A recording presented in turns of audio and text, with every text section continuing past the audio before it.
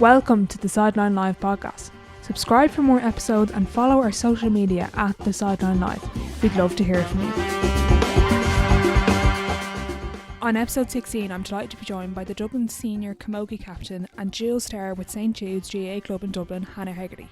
On this episode, we had a brilliant chat about her career, her advice to younger players, and much, much more. I hope you enjoy.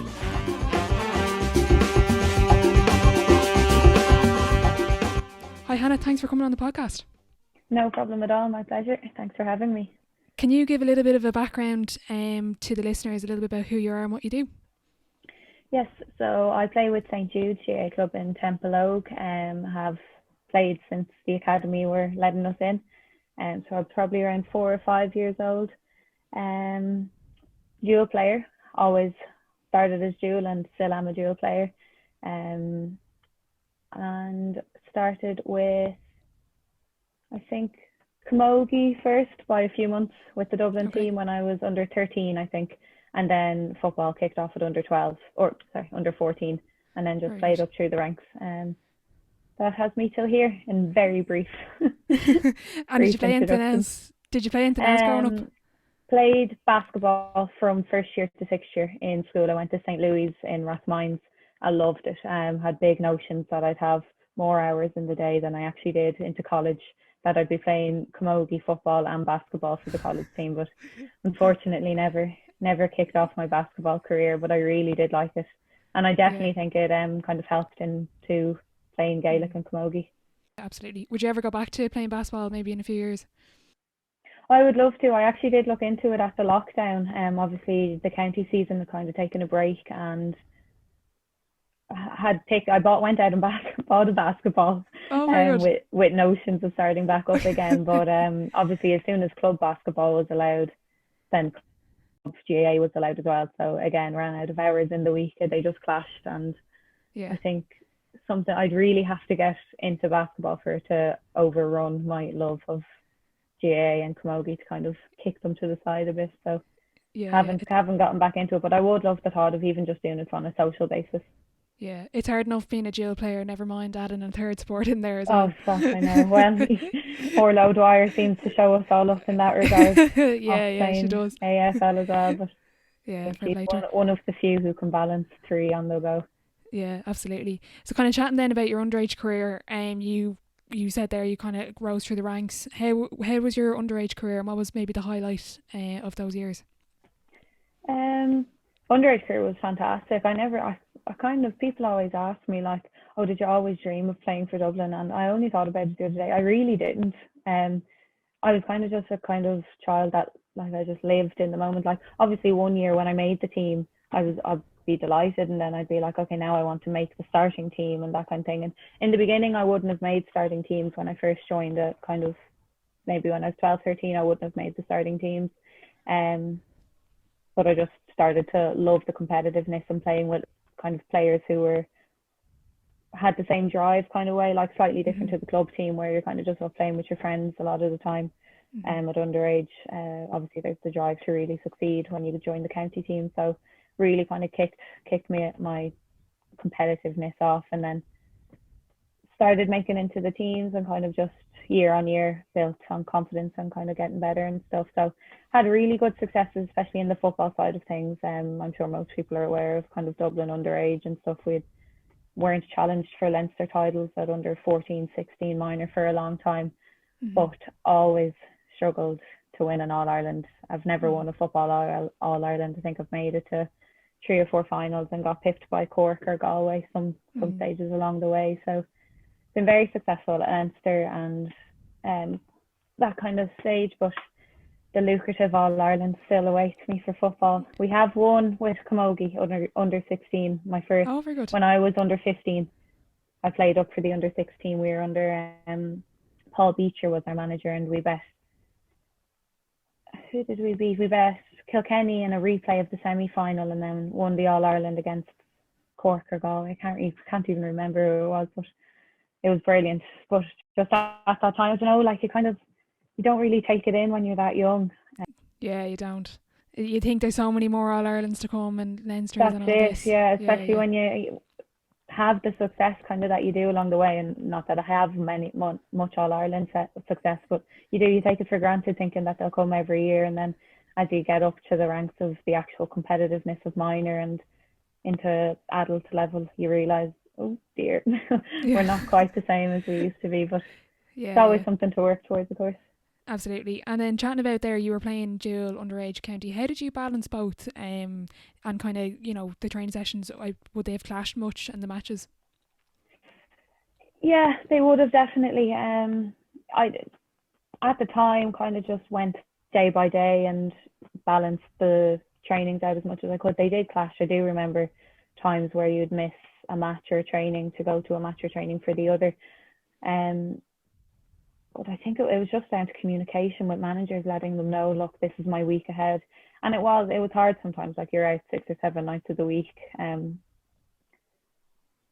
not complaining. It was something that I chose to do, obviously, and I was loving having to get the chance to do both. But kind of, I think one of my coaches asked for my month schedule at one stage, and I think I had 1 day off in 4 weeks or something of not doing something, because actually jumping back on the sports thing, I had to go at 7th rugby as well at underage. Oh wow. So I did actually try to balance that as well. It never took my love. I was the type that got tackled and felt sorry for myself for a few minutes, so that quickly got parked. But it was at that time when I was in with them, we'd have training camps on a Saturday, and then I think I was going out playing championship matches for Camogie or football on the Sunday or something.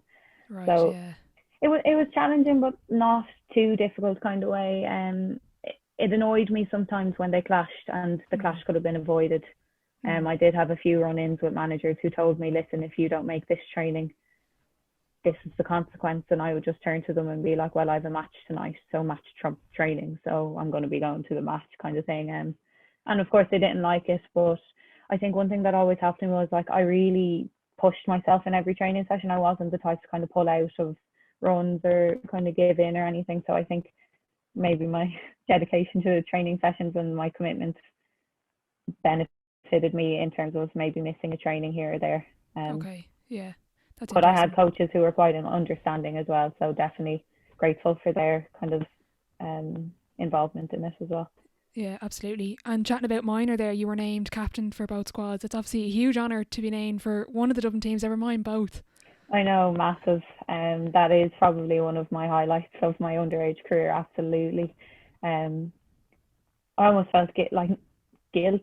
Like, one of the managers asked me, and then straight away I was like, oh my God, like, just to let you know, someone else has asked me, like, so feel free to take the offer back kind of thing if you want. Like, but yeah. No, it was massive. It added a bit of pressure on the whole making training side of things. Yeah. But to the girls' credit, like, all of them were very understanding. I'm sure there might have been comments here or there being like, Jesus, look at your one captain, she's not here training tonight. But I think at the back of their minds they knew I was training with the other team kind of way, like. So yeah, big honour, and really grateful that I got that opportunity. Yeah, the girls, they knew you weren't sitting at home watching Netflix or something. You were out training with somebody else. Yeah. And then you took a year out the following year for your leaving cert. What was you decided not to join any senior panels? Obviously, the academic side was really important to you, or were you just tired from, balancing two on the go for years? Do you know what? I had thought about it recently enough. Kind of, did I really just? I think I just used the academics as an excuse. Obviously, I wanted to put a lot of time into it, and I was always the type that committed to playing club right up until the leaving cert. I wasn't going to let that. Like, I never stopped. I think I played a match the night before the leaving cert started, like most club people. Like, so I think at the time I was like, yeah, focus on my leaving cert. But I think I did just. I'd finished minor in 5th year. I wasn't the age group where I played minor at 6th year. So I had the opportunity to kind of be like, well, listen, I don't need to jump into senior straight away. Maybe take the year and relax a bit. And I had one of the best summers ever, just chilling with friends, kind of, especially after the leaving cert as well. Like, it was just a bit of freedom. So it was, I think, backed by academics as my decision, but glad to have the bit of the break and really focus on club and just do my leaving cert at the same time. Yeah. And then I think it was 2017 you were probably going into college and doing a few things, and you decided to commit to the Camogie senior team over the football team. Can you talk me through that decision and kind of that whole process? Yeah, it less of a decision and more of a jumping at the opportunity that Camogie, David Hegarty rang me first. Mm. And because I had taken the year out the previous year, I was longing just for that county setup again of like competitiveness. So when he rang, I didn't even think kind of more of any other answer other than yes, I'd love to join the panel. Yeah. And obviously it was on a trials basis and that kind of thing, come in, play a few matches with them. But yeah, that was kind of it. It wasn't a which do I prefer, which do I want to go further in, that kind of thing. It was literally who came knocking first. And I wasn't expecting a call off either of them, to be honest. I thought you had to go search for trials and go things like seek out the training with them. So I was very honoured that Camogie rang, and then football did ring as well, seeing if I wanted to come in on a trial basis as well. So it was more so just I jumped at the first opportunity, and that's not to say I'd ever be closing the doors on football. If I got the chance to kind of go back in, it would be then a decision would be made. I think I really have to think about which one I do want to kind of pursue and stuff, and it's hard to look away, turn an eye to the football side of things with how successful they've been and just kind of the elite setup that they clearly have in the panel. Yeah, absolutely. It's obviously quite hard at the moment. There's a big conversation about the dual player. Very hard to balance both when the two are at such an elite level these days. It's probably not what it used to be maybe 20 years ago or so. Probably not. Like I always said, kind of for the past few years, I would love the chance to have a go at doing dual county. You see the girls down in Cork. I think Hannah Looney is the only Cork player, or Libby Coppinger as well. Like, there's a few of them actually in Cork. That's kind of why I speak of them. They have done the dual player and they've managed to balance it. I don't know how they've done it. You've other girls in other counties as well doing both. But I think Cork are the only ones both at Division 1 and both quite successful in their codes that are doing both. But I understand why one has to kind of be chosen. You need to be able to prioritise it and put everything into it. So I do appreciate the kind of argument of only choosing one, but I think I would love to try both at county sometime. Yeah, someday. Someday. Kind of chatting then about that first season with the Camogie team. Coming into the squad, you were saying you were on a trial basis and you eventually got picked and you were part of the team. What was the best advice that the girls kind of gave you, or maybe management, when you were coming into the team? I suppose it was less advice, I think, and more kind of the culture and the standards that were set by managers. Like David Hegarty and his management had an amazing setup in there. I think the girls, we all just bought into the whole setup. Obviously Dublin Camogie had kind of been struggling for the years prior to that. So I think that the older girls, or the ones that not even older, they've just been in the setup for a few years. I think they were just fed up with not reaping any sort of rewards when they probably were putting in massive training. So I think once David started with the season of kind of keeping standards high and training hard, everyone just bought into it, myself included. Like, you would show up to training at the right time or in advance, kind of to get the extra practice in and all that kind of stuff. So I just kind of put my whole effort into it. If you were given a bit of advice, you try to work on it. You, as I said, show up early and work on the weaknesses, kind of thing that would help you in your game. And just really, really putting full effort into the trainings when you were there. I think the fact that it was my first year in senior, my debut game was against Cork, and obviously I'd heard of names from kind of the senior panel with Cork, and they'd won a few All-Irelands, but I didn't actually know them. So when I came up marking some, I hadn't a clue who I was marking. So the kind of no fear playing the games that first year, I think really, really stood to me. Yeah, that's really interesting, kind of having that, like, not having a history with the players, like, oh, I've been here with you, whatever, 6 years, whatever. You just went in, guns blazing. I don't know who you are, like. Exactly. Like, maybe don't know whose position I might have been gunning for, but that's the kind of attitude that we all went in with, and it helps, like, you know, when you're all competing for a starting place and not just accepting, oh well, she normally plays there, so I don't have a chance. once everyone is just 100% open going for a position, I think it spices things up a bit and improves everybody. Absolutely, yeah. I was going to ask, how did you find the jump to senior camogie in the first few years? But you were nominated for an All-Star and you won Dublin Young Player of the Year, so you obviously got on pretty well there.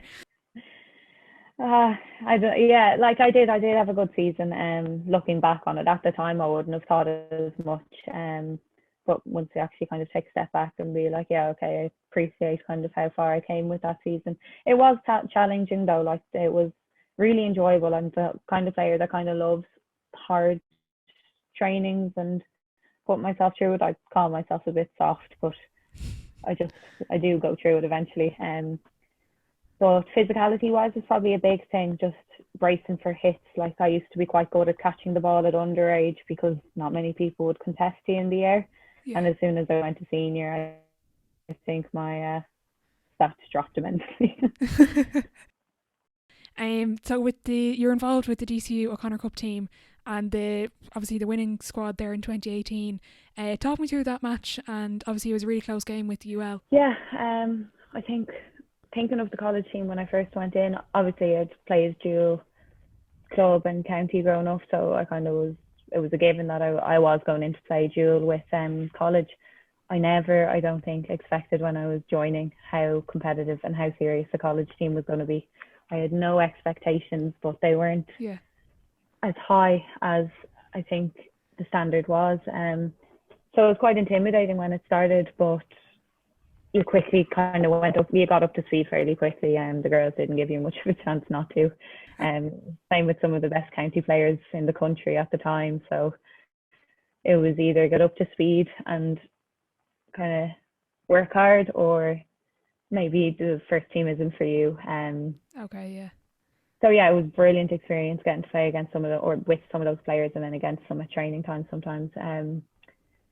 So yeah, I think first year we'd been going in obviously for kind of to get to the final, but we came up against a really tough UL side in the semi-final in my first year of college, and they just pipped us at the post, or I think it was a close enough match in the end. So then obviously the second year going into the season again, we met them in the league final, and I think we just beat them in that game. It was a close enough game, but we weren't dwelling on it too much. Nobody you don't win O'Connor Cup based on the league. Yeah. So going into the O'Connor Cup weekend, it was 100% focused on just taking every match one at a time. Okay. We didn't have our eyes set on the Sunday at all, because obviously you don't know what can happen on the Saturday, but we were luckily enough found ourselves in the final. And it was just full focus on, we were up against UL again. We'd played them that year, we'd beaten them, but they'd bet us in the semi-final the prior year, so it was all to play for. Such a tough game.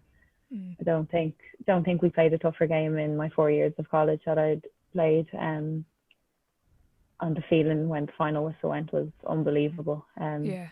We had built such a good relationship as teammates, and then with the managers, Peter, Pat, Angie and everyone. It was Aisling Maloney's iconic sin bin and then off the bench to score the winning point for us. It's definitely one of my favourite memories, I'd say, from playing in DCU, and easily one of my highlights for my whole football career, I'd say, winning the O'Connor Cup. Definitely. And chatting about there the calibre player, like I was looking at the team sheet there for that final. Oh my God, like the names on that list. What was that training like, and did you pick up any nice little tips or tricks for them? Oh, the training was the stereotypical hated each other on the pitch. Yeah. Because we played so many backs and forwards matches, and on the back team it just happened to be so that it was mostly girls from Dublin. Yeah. And then all the forwards happened to be out like country girls, so Mayo, Tip, Monaghan, Cavan. And to say the rivalry, like we had lumps taken out of us, and there was no love lost, like no referee involved either. So it was all to play for. But it definitely helped us getting to the final and then getting the success that we did. Like it was like afterwards you'd have a bit of a laugh about it, but on the pitch, like you would be honestly holding yourself back from each other, I'd say, trying to swing digs at each other. But it was all very enjoyable. Yeah, it sounds it anyway, yeah. But yeah, that's the thing, you take lumps out of your training and then you hop down to New Bar and have a few jack slats, I think it is. Exactly, yeah. Yeah.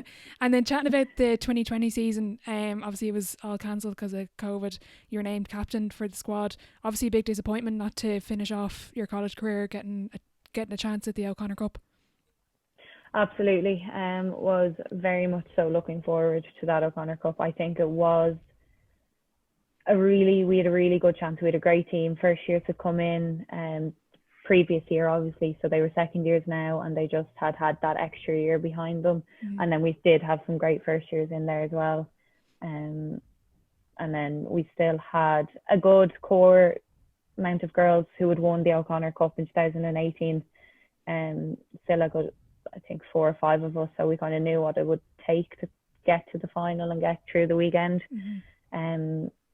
So it was literally, I think I was in school, I was on teaching placement, and literally went out at my lunch break and had to ring my dad and tell him I didn't need a lift over to DCU anymore. We wouldn't be travelling to Cork or to Kerry to play the matches. The whole weekend was postponed, but I knew once it was postponed it was not going to happen. The college season is too short.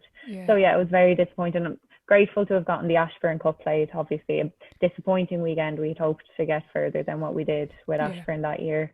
We had a great side this year, and I think it was really the year to do it, but that's life. You don't always get what you think you deserve. Yeah, absolutely not. Definitely not last year anyway. And obviously we all went into lockdown and everyone did their Zoom calls and their 15-minute 5Ks and whatever. How did you find the individual training at the start of lockdown? It was kind of a seamless transition, just as it happened to be, because obviously we didn't know how long we were actually going to be in the lockdown. So we all went from training with the county straight into, here's the program that we'd like you to be doing. You get this number of sessions done. So it was easy enough in the beginning, and the weather definitely helped. Like, it was kind of like you wanted to go up to the pitch and do the runs and stuff, and then do the skills at the end kind of thing. It did get harder as the weeks went on, and the thought of a season went out the window, to be honest. For me, I was like, we're not playing this year. And there was no what's the point kind of thing, because most intercounty players, I'm sure that you'll ask, we don't just train to play a match kind of way. Like, it's just part of who we are. So I was still going out doing the training, but there were times where you were like, might take an extra few seconds of rest here, because why not? So in the beginning, it wasn't too bad. I enjoyed having the structure. I liked that we were given, here's the sessions that I'd like you to do, and this is exactly what you do in them. And as I mentioned earlier, I'm actually lucky enough that I do have quite a good gym set up in my house. So I was able to kind of go between running and gym strength and stuff. So it wasn't too good, and I'm grateful to have something to do as well. Yeah, exactly. Keep your mind off, obviously, what's going on. Exactly, yeah. Chatting about the skills there, I'm interested to hear, what are you, like, maybe during lockdown and compared to normal, how often are you out with the hurley and stator kind of getting your touches in? I know that's really big for hurling and camogie. Oh, I'm embarrassed now that you have me on record saying it. At the moment, not enough. I'm not getting, I wouldn't be out with the hurl often enough. We are getting, this is an excuse, but getting the hurling wall done up in the clubhouse at the moment. So you're just kind of like, oh, there's nowhere to go up, and I don't want to go on the pitch at the moment because it's wet. But no, the past week or two I have been getting it back in my hand more often. I took a long break now over Christmas and everything, but it takes 1 or 2 sessions for you to actually remember, oh yeah, I actually love playing camogie and I love playing football. So it has gotten me. I'm hopefully getting back out now a few more times a week, because like you say, you don't exactly lose your skills too easily, but you definitely don't make them better by not practicing. So definitely a big part, and I need to build it back into my routine again. Yeah, but like we were saying before we hit record, it's harder now to go out on your own. Even to go to the ball with a friend is like, it's good crack. Like, you have a bit of motivation there, but it's harder on your own. Much harder on my own. Now I do get more done on my own. I'm a big talker. I chat. So a 20-minute wall ball session might turn into an hour, but the work gets done eventually. Very good. And then chatting about the 2020 season, you were named captain for the team. Obviously, that was a huge honour again. Yeah, definitely. I think John Tracy, manager, rang me when I was studying in DCU Library, and I was just taken aback. Like, it was completely unexpected. I hadn't thought prior to Christmas and kind of the pre-season leading and everything. I didn't think I was playing very well. I was just run out of college with both teams, and then doing a bit of club stuff, and then doing the county setup as well. I just felt as if I was fatigued and not given enough of training and stuff. But you're always harder on yourself than what is actually the reality, I suppose. And maybe that's what he saw. So I was shocked when he asked me. I'm delighted. I had to keep it secret for a few days because he wanted to wait and announce it to the team and stuff. So I was kind of sitting there a bit giddy at one of the training sessions, but I had to keep it to myself. Everyone was like, what's wrong with Hannah? But it's awfully quiet today. But on the flip side, obviously, I loved having kind of that role on my shoulders. But on the flip side of it, like, there were so many leaders in the Dublin setup. Like, I wouldn't ever have considered myself the sole leader. There's at least 5 or 6 who could easily, if you went up to the training session, have said, she's captain, no, she's captain, no, she's captain. It was just, that's kind of the way it was, which is great. I prefer that. I don't like the thought of being a sole leader, and it rarely ever happens in a team setup anyway. So it was nice to have kind of the support of girls around me, and especially the likes of Aisling Mara, Laura Toomey, who kind of are natural leaders as well in themselves, kind of guiding you as well. Yeah, that's something David Clifford was saying when he was named captain. Everyone was like, oh, you're going to be the voice. And he's like, well, the same lads are going to still speak. They're not going to just send me up to the top, you know what I mean? In that kind of way. Yeah, exactly. And it's exactly how I felt as well. Like, I knew that there wasn't any reliance on me to be doing anything. And John actually said that, because I was like, oh God, I don't know. I'm in final year of college. I don't know, is the added pressure, expectation something that I should be taking on? And he just straight out said, there is no pressure or expectation. Like, you are simply the player's rep to communicate with the county board. He was like, nothing more. Yeah, don't get your head too big there. Don't get too cocky there. Yeah, Hannah. exactly. That's brilliant. Yeah. Chatting about that the 2020 season, obviously club came before county, and you won the Division 1 Camogie title with the club with St Judes. Obviously really huge, big achievement, and a great year to cap it off with a club title. Yeah, absolutely.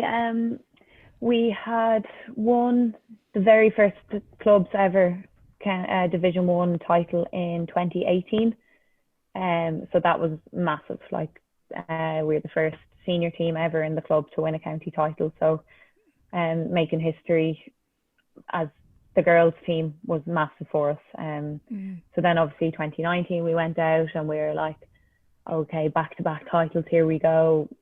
Not like so underestimating the challenge of winning a back-to-back title, especially when you're going up against the Vincent's team, who are so experienced, so skillful, and they hockeyed us the second year. So this year was kind of right back to basics. Don't get ahead of yourself. One match at a time. And yeah, we just got to the final, and we were just confident. Well, not overly confident, not cocky. It was just, we've done the work. We know what we can do. Our game plan was set. All that needs to be done now is go out and play 60 minutes. And yeah, brilliant. Delighted to be able to come out with that result, especially after the year that we'd had, going through the summer with no team training or anything, expecting not to get to play club championship. So it was a really big added bonus to the year before we went into lockdown at number 2. Yeah, absolutely. Yeah. And chatting about football, you're still playing with St Jude's with the ladies team, are you? Yeah, I am indeed. We are slightly lower division in Judes, so we don't see as much success. But the group of girls that we have, like, you're kind of looking at the team and you're like, how are we not winning a little bit more than what we kind of do? Like, we have a fantastic group of players. And we had a great season this year. It was unfortunate. I think we were going for the league maybe, and the league games just haven't been finished. So yeah, We got to the final, the Junior A final, and Ballantyre were a very strong side against us. We'd played them prior in the championship, and it was such a strong or a competitive game. I think it was a draw in the end, and then they just pipped us in the final. So, pipped is being actually gracious to us. They fed us well in the final. But right, okay. No, I love, like, people always turn to me being like, oh, would you not just focus on camogie? Like, your club team is Division 4 or only Junior A or Division 3, whatever it is. And to me, that is the highest grade that I can play in my club, so I consider it Senior 1. I treat it as if it's Senior 1. I go to training as if it's Senior 1, and hopefully one day we will get the chance to go near Senior 1, but for the moment, just have to treat it as if it is and get there eventually. Yeah, exactly. Get through the ranks. Yeah, sorry to remind you there about the loss to Ballantyre. No bother.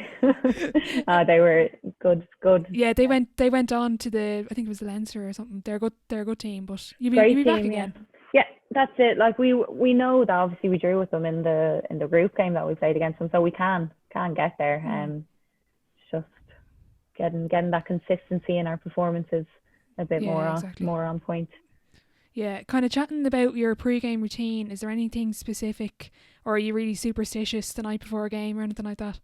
No, not superstitious. I read it was either a book or a quote or something that superstitions can actually hinder your performance. Okay. So I decided not to get them. But I have kind of practices that I like to do. So obviously get a good night's sleep, get the right food. I listen to music on the bus, but it's not a superstition of I have to listen to this song at this time or anything like that. I just do it to kind of take my mind off whatever match I'm playing. One thing that definitely helps is knowing that I've done a good week of training in the build up to it. So I will try go out nearly every day and just do something. And even if it's doing mobility or a bit of yoga, I know I've done, okay, well, that's another tick to the list of things that are preparing me for the game. So it's less superstitious, but definitely I would be more confident going into a match knowing I've done the work beforehand. Mm-hmm. Interesting there, you mentioned yoga, mobility. Would you do much of that during the season? Over the last year, I've definitely done more mobility. I broke my foot in 2019, I think, and just stiffened up everywhere. I never used to have muscular problems or muscular stiffness, and then just a few months off of not playing, and I came back and I could barely move on the pitch. So since then, the past year, I've incorporated plenty more mobility in, and the lockdown trend, I think, started a bit of yoga and Pilates. It was just the thing to do when you woke up in the morning. So I've tried to embed that a bit more into my routine as well throughout the week. I don't hit it every week, but it's definitely something that I do like to do throughout the season. And have you seen much of a difference with it since you've started? It's hard to kind of see a tangible difference. Like in the moment, I feel more relaxed and I feel looser and not so tight. Like obviously working from home and kind of sitting down, you're kind of hunched up a lot of the time. So trying to help my posture, I think I would notice a bit more of a postural difference after I've done it. I think I need to do it a bit more often to feel the actual benefits of it. But I like the thought of it when I'm doing it at the moment. So maybe doing it a bit more would help me a bit.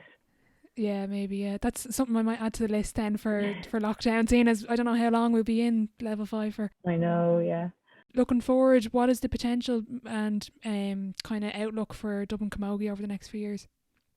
Well, the potential is just massive. It's kind of what has drawn me back to it, the Camogie, of I really want to be part of the change that happens in Dublin Camogie. Like you look at the team and the players that are available to play, and you are scratching your head being like, how now? You can reel off a few reasons of why maybe we're not up to where we need to be, kind of thing. But seeing the top 3 teams, I'd say Cork, Galway and Kilkenny, you look at the likes of Waterford and Tipperary, who are contesting those teams kind of in semi-finals and everything, and having gotten to the semi-final and then the quarter-final when I was with Dublin in 17 and 18 with David Hegarty's management panel. Like, we know it's in us, we know it's there. So it's forever striving to kind of get back up to that level and get back up to the place where we know we can be. It just takes the time, takes the practice, takes the dedication and everything. Yeah, absolutely. What do you think is the biggest misconception about the game, or maybe the players and stuff like that? I think physicality and skill wise, like I think looking back 10 years, you might have looked at a game and be like, oh Jesus, like it's just a close your eyes and puck the ball up the pitch kind of thing. But in the past few years, like this, you could watch some games and you'd just be taken aback with the skill level of some of the players out there. And it's only increasing, it's only getting better. Plenty of players who are setting the mark and setting the standard at the moment. So I think that would be one, thinking that it's an aimless, non-contact sport, like where it's not at all. There's some great teams, great players out there who are just driving on the skill and driving on the level of what everyone else needs to get up to, kind of thing. What's your opinion on the shorts versus skort? If you had your way, would you change the rule? The footballer in me is shorts. I just find them so much more comfortable. If someone could design skirts that you don't end up having to pull those undershorts down every 10 seconds, every run you make, I wouldn't mind the skirt. I think it's a bit outdated that they're not willing to open up kind of the move. It doesn't bother me that much. I'm not pulling on the skirt being cursing the Camogie Association or anything. Like, it's just the foot. I know plenty of Camogie players who would vote in favour of the skirt as well. Okay, yeah. It's just my That's own personal interesting. preference. Because I play football, I just prefer shorts. Yeah, okay. I'm always interested to hear what the players think, but yeah, that's interesting. I'll just clip that out now and send that to the Camogie Association. And since joining the panel, do you think that the perception of the game has changed much in the wider GAA community? Maybe someone who doesn't really watch Camogie as much as a real Camogie supporter. It is a tough one. I think ladies football have really set kind of the mark on improving spectators and the pushing kind of the popularity of the sport. Like, obviously we've all seen kind of the attendances that have been at the last few finals in Croke Park. Not this year's one obviously, but like they've broken records for European attendances at a female final. So I think Camogie is a little bit off that. I think there needs to be a bigger push in getting people to watch the game. Now I don't know what the solution is to that. I think Lidl were a massive help in driving the LGFA popularity. So maybe a big push like that for Camogie could be brilliant. Now it has increased, don't get me wrong. Like, I'm very grateful kind of for the support that has been put in over the past few years, but I think we can do better. I think we can push more and get better spectators out for watching Camogie matches. So Camogie would nearly be a couple of years behind football in that support and getting the attendances up. Obviously not with COVID, but usually with the likes of the All-Ireland final days. I think so. I think they're a couple of thousand spectators behind what footballers get on All Ireland final day. I think a big drive needs to go into getting them there. Yeah, definitely. Yeah. Looking back on your career, I know hindsight is a great thing. Do you have any regrets at all about decisions or teams or anything like that? I wouldn't say regrets. I don't think so. You kind of you can't change the past. So I kind of look back and be like, well, if I didn't make the decisions that I have along the way, I wouldn't be where I am now. So no regrets. You've the ifs and the buts. What if I had went with football? Where would I be now?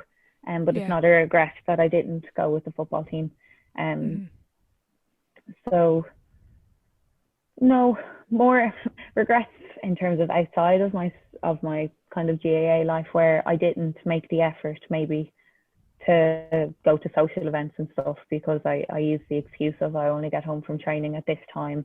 It's not worth going to after. But I do wish I had gone to more events with friends and stuff in school, but not a regret. I got a good recovery in instead of going out to a party. But it would be something that maybe I would have done a bit differently. But that's me now saying that. I didn't feel that way at the time. Yeah, I know what you mean. And obviously the 2020 campaign was huge for women in sport and for younger girls, and there's always this talk about the dropout rate. It is kind of that sixth class first year age. What advice would you give to the younger players, for example, the younger teams, girls teams in Judes, to those players in like talking about dropping out and improving their skills and stuff like that? a tough one because, yeah, you're dead right. Like the dropout kind of as you go into secondary school is massive. One big thing, like there's plenty of hours in the week now. I'm going to sound like a hypocrite because earlier I was wanting more hours in the week, but for you to go to school and have your friendships and have your social life and then play a sport as well. Like sport was my social life, and it was for a lot of us. A lot of the girls went to McDara's, which is next door to Judes. So they all went to school together anyway. So they were just big groups of friendship going up, but they were my friends. So me going to training was my kind of social outing as well as the girls that I had in school. So the advice I'd kind of give to the younger girls is like, play with your friends, get your friends out playing, use it as a social life. If you don't want to be out killing yourself every night of the week, then don't use GAA as that. Use GAA as your enjoyment aspect. Kind of, there's nothing wrong with going up and having a bit of crack at training. Like I think some of my closest friends, I think I counted 10 or 12 of us have been playing together from under 10s right up until now. So under, what would we be, under 24s, under 23s, like we've stayed together for that long length of time, like because we're all such a close group of friends. So yeah, it's a tough one giving advice because I can see why they drop out. They don't think it's cool or whatever that kind of thing is, but I'm just find the enjoyment in it is my biggest thing. Find enjoyment in it. Don't let it be something that you start to dislike, because obviously when that happens, it's going to be easy for you to give it the boot kind of way. Yeah, always kind of be looking to learn more, and that increases your enjoyment. You're never, even if you don't think you're the most skillful player, I wasn't that skillful, but I just loved going out and training hard and trying to get better. Like you can always get better, even, and a senior player who's done 20 years at intercounty can improve kind of way. Like there's never a limit on what you can get better at. So I think that aids enjoyment if you're just finding something to get better at, and you start to really enjoy when you see improvements in your kind of skills and stuff. Yeah. And chatting then about maybe the girls who are a little bit older, maybe 15, 16, what advice would you give in terms of improving maybe to the ones who want to be the next Hannah Hegarty? Remember, I think, your passion for playing, because it's not easy. I'm not going to put my hands up and say that my playing career at underage was in any way a walk in the park. Like there were days where I absolutely didn't want to go training. I was getting in the car after matches and saying I hated the sport to my parents. Yeah.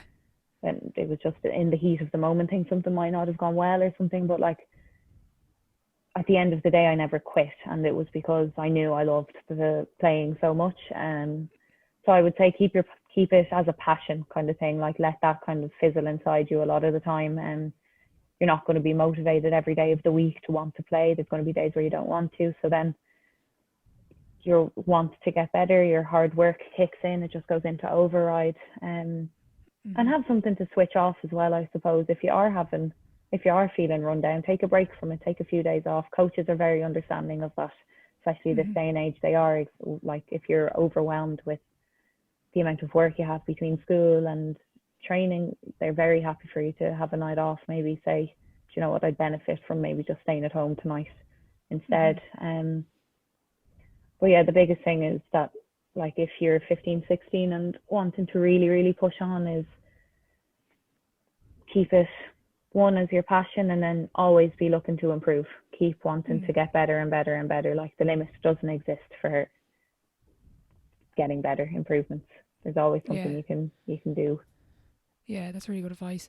So we're going to move on to the sideline 7. It's the same 7 questions for every single guest. You can take them as fire round or thought provoking. It's entirely up to you. Question 1 is, what is your favourite quote? Favourite quote, you might have picked up on it throughout, is hard work beats talent when talent doesn't work hard.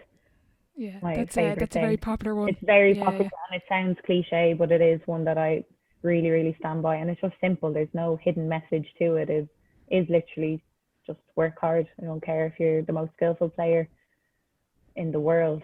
If you don't actually work hard and put your skills to use, they are useless. Yeah, there's a good one. Yeah, and I like the one, the limit does not exist. Taken from Mean Girls or from Maths there? Which one? We'll say Mean Girls, more in trend. Best sporting event you've been to, and you can pick that as a fan or as a player. It's up to you, or both.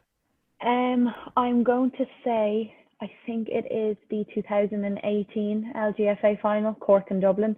So it was Dublin had previously won their first titles. They were going for two in a row, but this one was extra special because they got Cork in the final. And not putting Mayo down in any regard as finalists the previous year. But Cork and Dublin have just been battling or had been battling for so long. Even myself, I think maybe a bit more emotional for me because they were the team that stopped me winning any kind of All-Ireland finals growing up. Yeah. So I remember sitting in the Cusack stand when the final whistle went. Like I was almost on the verge of tears with happiness for the girls. Like when they finally won. I'm not saying I don't know if any of the girls, if it was personal to them beating Cork or anything, but I knew just seeing a Dublin team beat Cork in a senior All-Ireland final was really special. Yeah, no, I was there that day. I was actually up in the Upper Hogan, which is really cool to me because I would have been, I think me and my family started going to the All-Ireland finals in 2005. So we would have been there when the Nally was empty. Never mind having the Upper Hogan open. Yeah. And I was there in 2009 when they lost to Cork. And as you said, like they'd lost so many years, and to beat Cork and to kind of close that chapter, I thought was a big, for me as a supporter, like I found it really big. Never mind for the girls, I'm sure it was really personal and a big thing for them. Yeah, absolutely. So I think that one just stands out to me as a memorable moment in sporting events. Yeah. Biggest setback or challenge so far in your career?